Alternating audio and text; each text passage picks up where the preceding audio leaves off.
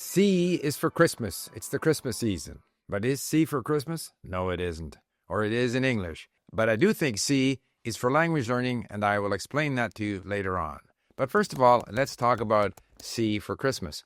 Christmas is an English word from the word Christ, which is originally a Greek word, Christos.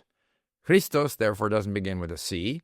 And Christos means anointed one, which is the same word as the Messiah. If you go through the different languages, we know that when Christ lived, the dominant language in that part of the world was Aramaic.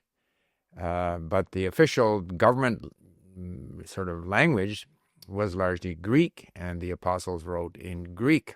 So from these words, we start to see the kinds of words that are used to express the concept of Christmas in different languages. And they don't all begin with C, obviously, but they express different concepts. For example, in Romance languages, we have words like Natale, Navidad, Noel, Nativity, which all talk about birth, born.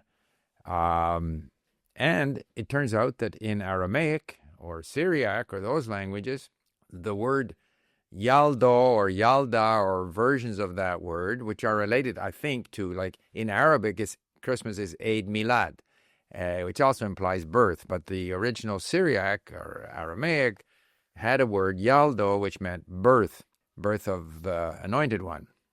Now, interestingly enough, at this time of year in the Persian calendar, there is a festival called Yaldo. And in their tradition, it means the birth of light or the rebirth of light. And that's a common theme in celebrations at this time of year, in the Saturnalia, which the Romans celebrated and which some people think is the reason why this time of year was chosen for the birth of Christ, to celebrate Christianity. In Northern Europe, for example, where the word, as in English we talk about Yuletide, and Yule in different Scandinavian languages refers to a pre-Christian festival, because on the darkest day of the year, people in olden days wanted to encourage the sun to come back. So there were all kinds of festivals with fire and light and lighting candles and bonfires and things of that nature. In German, Weihnacht means holy night, apparently. In Ukrainian, Rіздво, not to mention languages like Chinese, where they again talk about birth, Shangdanjie. So C is not for Christmas in all these different languages. But to me, because I was thinking of Christmas and C, I thought of the ways in which C is for language learning. And I thought of 4 words that are very important for why I continue to study languages. The first one is curiosity. I think everyone enjoys learning things. I'm very interested in learning things. And it's my curiosity that drives me to learn new languages, to learn how these languages are structured, and also to learn about the histories of these languages, their cultures, and so forth and so on. And of course, curiosity is a big part of my learning, because if I listen to something, say some audio at Link, then I didn't understand it all. So I'm curious to read and save words and learn more and more about that subject.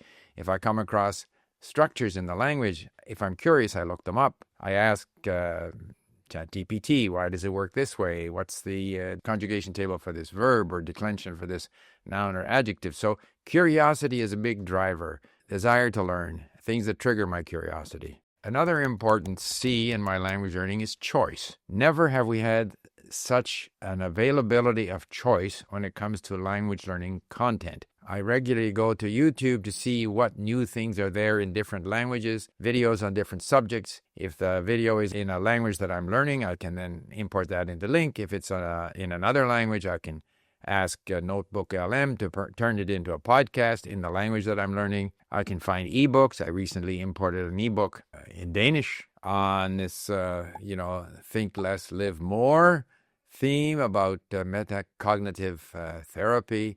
Anything I want to learn about, I can learn about it in the language that the book or the YouTube video was originally in, or I can convert it into another language.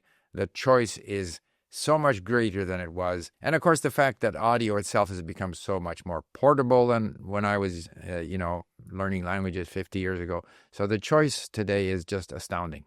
But another important C in my language learning is comfort. Language learning is an activity that I enjoy doing. I feel comfortable. Today, there's so much disturbing news around the world that I can shut that off and withdraw into my language learning activity. I can feel comfortable in going over some learning content that was relatively easy that I did, a year or two ago, or I can push myself outside my comfort zone, which is kind of at the essence of language learning, is driving yourself outside of your language comfort zone. And so I go and pursue content that's perhaps difficult for me. And I can go back and forth. I can be comfortable in the content, or I can go into more difficult content, sometimes feeling frustration, but I enjoy the activity itself. So to that extent, it's comfortable. And finally, C is for confidence. I am confident that I will eventually improve. I am not worried about the fact that there seem to be so many words to learn. I know that if I continue to expose myself to the language, and if I enjoy doing it, and if I can find a way to make that process enjoyable, in a sense, if the language learning process itself is the reward, then I will continue, and I will eventually get better. Much like, as I've described before, this whole massive input, much like, large language models enable me to predict the next word, but I will sometimes predict wrong. But more often than not, if I go with my instinct, because it's all been building up inside me, I'm right. So very often I catch myself doubting the instinct. Is this a word in this language? Is this the correct word? So I look it up. And of course it is the correct word, because automatically sometimes, and even though I discover that this automaticity in a lot of our behavior tends to decline after the age of 60, nevertheless, there are some automatic reflexes that we should trust when we're learning a language and starting to use it. So confidence is a big part of my language learning, and part of that confidence is to give myself credit for what I have achieved rather than focusing on what I have not achieved. Getting back to this idea of think less and live more, we are bombarded with tens of thousands of thoughts every day, including negative thoughts, including the idea that I'm not making progress in my language, my pronunciation is no good, what would people say? And of course we have to learn to ignore these, to focus in rather on the positive. And if we focus in on the positive, give ourselves credit for what we have achieved, then the confidence C keeps us going and we enjoy the process. So a little bit of a diversion here on Christmas. By the way, Link has a big sale coming up starting on the 26th of December through mid-January, I believe. You'll be getting notice of it. I believe there's up to 50% discount on annual memberships. So inspired by the 4 C's of language learning and inspired by the Christmas season, I hope you can devote yourself in the coming year to achieving greater heights in your language learning. And I wish everyone Merry Christmas and all the best in the holiday season. Thank you. Bye.